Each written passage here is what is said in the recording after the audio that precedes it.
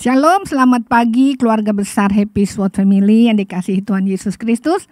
Selamat berjumpa kembali di dalam renungan pagi hari ini bersama saya. Sebelumnya marilah kita berdoa terlebih dahulu. Bapa di dalam nama Tuhan Yesus, terima kasih Tuhan buat kasih anugerah kemurahan-Mu, kebaikan-Mu ya Tuhan.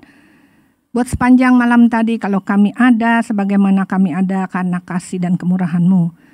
Sebentar kami mau mendengar renungan pagi hari ini, kiranya hikmat yang daripada-Mu Tuhan boleh membuka hati dan pikiran kami, telinga rohani kami Tuhan, untuk kami dapat merema Tuhan setiap firman yang keluar dari mulut-Mu. Terima kasih Bapa, di dalam nama Tuhan Yesus kami berdoa dan mengucap syukur, haleluya, amin.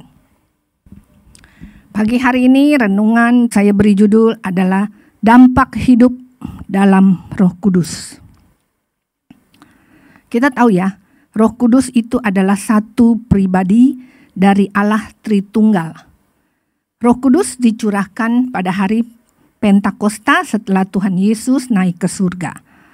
Sejak saat itu sampai waktu kedatangan Tuhan Yesus nanti yang kedua kalinya, Roh Kudus yang berperan di muka bumi ini. Kita menerima satu anugerah daripada Allah Bapa di sorga, daripada Tuhan Yesus Kristus, kalau kita menerima Roh Kudus di dalam kehidupan kita. Roh Kudus yang mengambil alih semua kehidupan kita. Ketika kita menerima Tuhan Yesus sebagai Tuhan dan Juru Selamat. Peranan Roh Kudus di dalam kehidupan kita banyak ya. Pertama adalah memimpin kita ke dalam seluruh kebenaran. Di dalam Yohanes 16 ayat 13, nanti baca sendiri saja ya, karena begitu banyak ayat-ayat yang akan ditampilkan. Kedua, memberikan kita hikmat dan pewahyuan, Efesus 1 ayat 17-18 dan Yesaya 11 ayat 2. Mematikan perbuatan daging dan memberikan kepada kita buah-buah roh, Roma 8 ayat 13 dan Galatia 5 ayat 22-23. Yang keempat, menjadi penolong dan penghibur di dalam Yohanes 16 ayat 8. Dan banyak lagi yang lainnya yang memberikan kita suatu pemahaman tentang firman Tuhan, tentang bagaimana kita harus hidup di dunia ini. Ya, lalu apa dampak dari seseorang yang hidupnya mau dipimpin oleh Roh Kudus? Pertama, hidupnya itu selalu mau dipimpin oleh Roh Allah. Di dalam Galatia 5 ayat 25 kita baca ini. Jikalau kita hidup oleh Roh, baiklah hidup kita juga dipimpin oleh Roh. Kita memiliki persekutuan yang intim dengan Kristus. Jadi segala sesuatu apapun yang kita lakukan itu kita minta hikmat daripada Roh Kudus. Yang kedua, bertanggung jawab dalam mengerjakan sesuatu. Berarti segala sesuatu yang kita kerjakan itu kita harus bertanggung jawab. Ya. Melakukan segala sesuatu dengan sungguh-sungguh, dapat dipercaya. Dan kita harus memberikan hasil yang terbaik.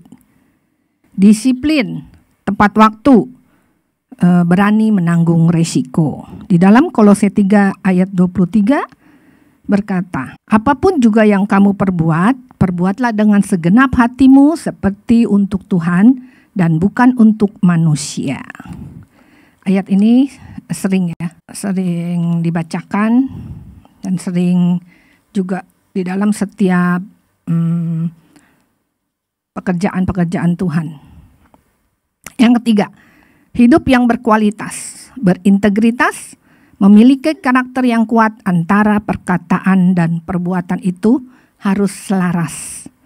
Atau dikatakan juga dengan kita harus jujur, tulus dalam mengerjakan sesuatu. Di dalam Titus 2 ayat 7. Dan jadikanlah dirimu sendiri suatu teladan dalam berbuat baik. Hendaklah engkau jujur dan bersungguh-sungguh dalam pengajaranmu. Yang keempat, bisa mengelola emosinya dengan baik, dapat meredam amarah, hingga dapat mengambil keputusan yang benar dan bijaksana serta melepaskan pengampunan.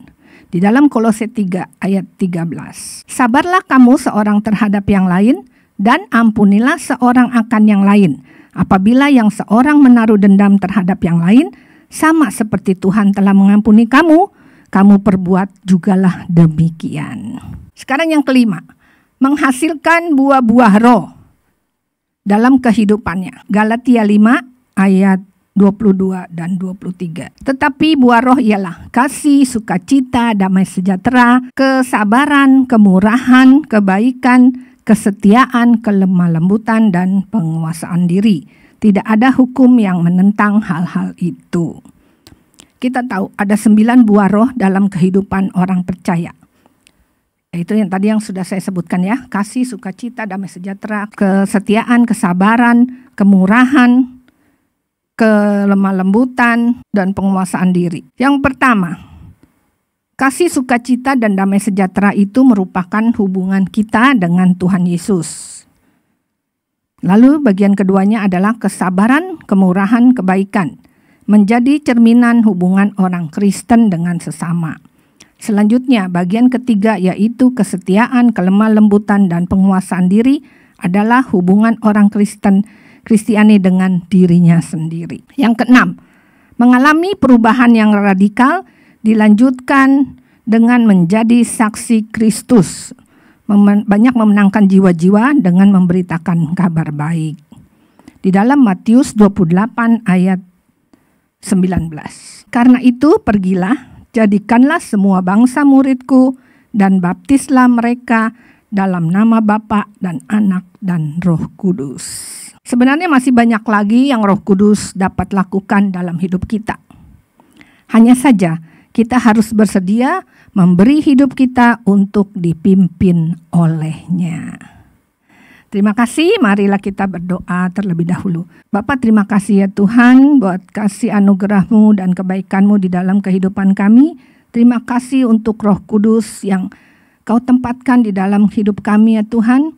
Kami selalu membuka hati kami untuk selalu dipimpin oleh Roh-Mu ya Tuhan, hingga kami beroleh kasih damai sejahtera yang daripada-Mu, hingga kami juga dapat berjalan seturut kehendak-Mu ya Tuhan. Terima kasih Bapa, di dalam nama Tuhan Yesus kami berdoa dan mengucap syukur. Haleluya, amin. Waktunya sekarang libatkan Roh Kudus dalam kehidupan kita, selagi kesempatan masih ada. Terima kasih, Tuhan Yesus memberkati. God bless you.